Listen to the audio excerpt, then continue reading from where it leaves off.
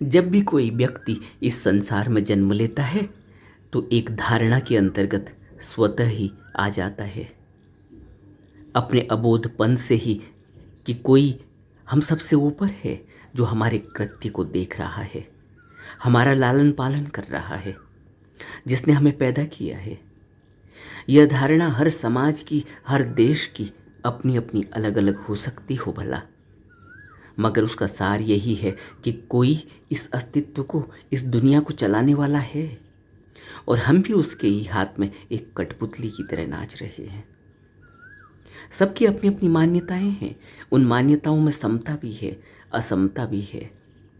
कई जगह वो मान्यताएं मिलती जुलती हैं और कई जगह उनमें विरोधाभास भी है। और जब घर में रहने वाले दो व्यक्तियों के विचारों में कई जगह में समानता नहीं होती, तो इतनी बड़ी दुनिया में तो आपसी वैचारिक मतभेद होना स्वाभाविक है। मनुष्य को इस बात को स्वीकार करना चाहिए, सामंजस्य बैठाने की कोशिश करनी चाहिए, हर एक के विचारों की कद्र करनी चाहिए, बजाय इसके कि वह मनुष्य बढ़े और हिंसा का रूप ले ले।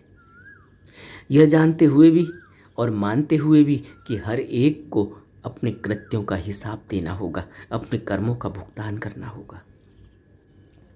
मनुष्य इस जमीन पर सभी प्राणियों में असीम शक्ति लिए हुए है। उसको इस तरह नवाजा गया है, बनाया गया है कि वह अपने कर्म और धर्म को जानकर उस असीम अवस्था को, श्रेष्ठ अवस्था को मनुष्य शरीर में ही महसूस कर सकता है।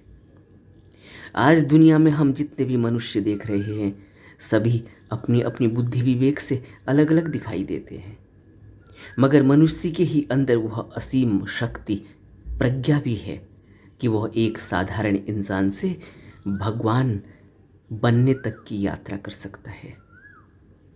इस दुनिया में सभी अपने अपने हिसाब से अपने को श्रेष्ठ बनाने की कोशिश करते हैं, चाहे वो आध्यात्मिकता की राह पर चलकर हो या सांसारिक गतिविधियों से हो, मगर कोशिश सबकी यही है कि वो आगे को बढ़े, उनका विकास हो। कोई मानसिक विकास को महत्ता देता है, कोई आर्थिक विकास को महत्ता देता है और कोई आध्यात्मिक विकास को, मगर विकास तो सभी चाहते हैं। लेकिन साधारणतः यह देखा गया कि मनुष्य अपने विकास से खुश नहीं हुआ। उद्देश्य तो हर एक का यही है कि उसको खुशी मिले, शांति मिले, आनंद मिले, मगर किसी भी दुनियावी विकास से उसके अंदर शांति, सुख के बजाय दुख और अशांति ही बढ़ी है। यह इतिहास कहता है। हिंसा, क्रोध, नफरत, मन की उग्रता, वेदना, पीड़ा बढ़ी ही है, कम नहीं हुई।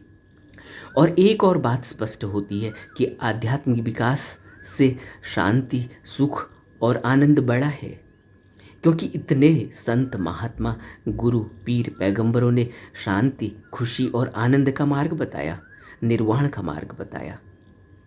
इसीलिए दुनिया की समस्त सुखों की खोज कर लेने के बाद मनुष्य आध्यात्म की ओर बढ़ता है।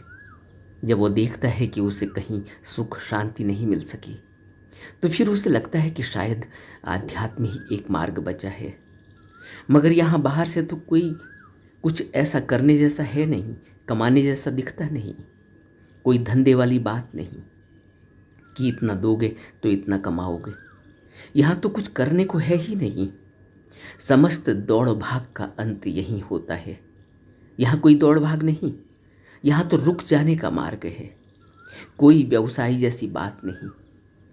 यह तो ऐसे ही है कि समस्त कमियों, सफलताओं और असफलताओं के बावजूद हम भगवान के पास जाते हैं, मंदिर, मस्जिद, गिरजा, गुरुद्वारे में जाते हैं, और जब हम उसकी ओर देखते हैं तो उसका प्यार हमें हमारे गुनाहों, कमियों, असफलताओं और गलतियों को भुला देता है। हम अपने आप को भूल जाते हैं, बिल्कुल ऐसे ही जैसे एक पतंगा रोशनी को देखता है, फिर वो अपने बारे में नहीं सोचता, वह तो सिर्फ रोशनी को देखता है और उसकी तरफ खींचा चला जाता है। वह अपनी कमियों, अपने अधूरेपन को नहीं देखता, अपने गुनाहों को नहीं देखता। वह कुछ नहीं कर सकता। वह असहाय पतंगा उस दीपक की लौ से जल जाता है, अपने प्राणों को उस लौ के आगे समर्पित कर देता है। यही पूरा समर्पण है जिसको हम बुद्धम शरणम गच्छामि कहते हैं, जहाँ कुछ भी नहीं, मैं कहने जैसा कोई बचता नहीं। यही मुक्ति है, यही निर्वाण है, यही परम निर्वाण है।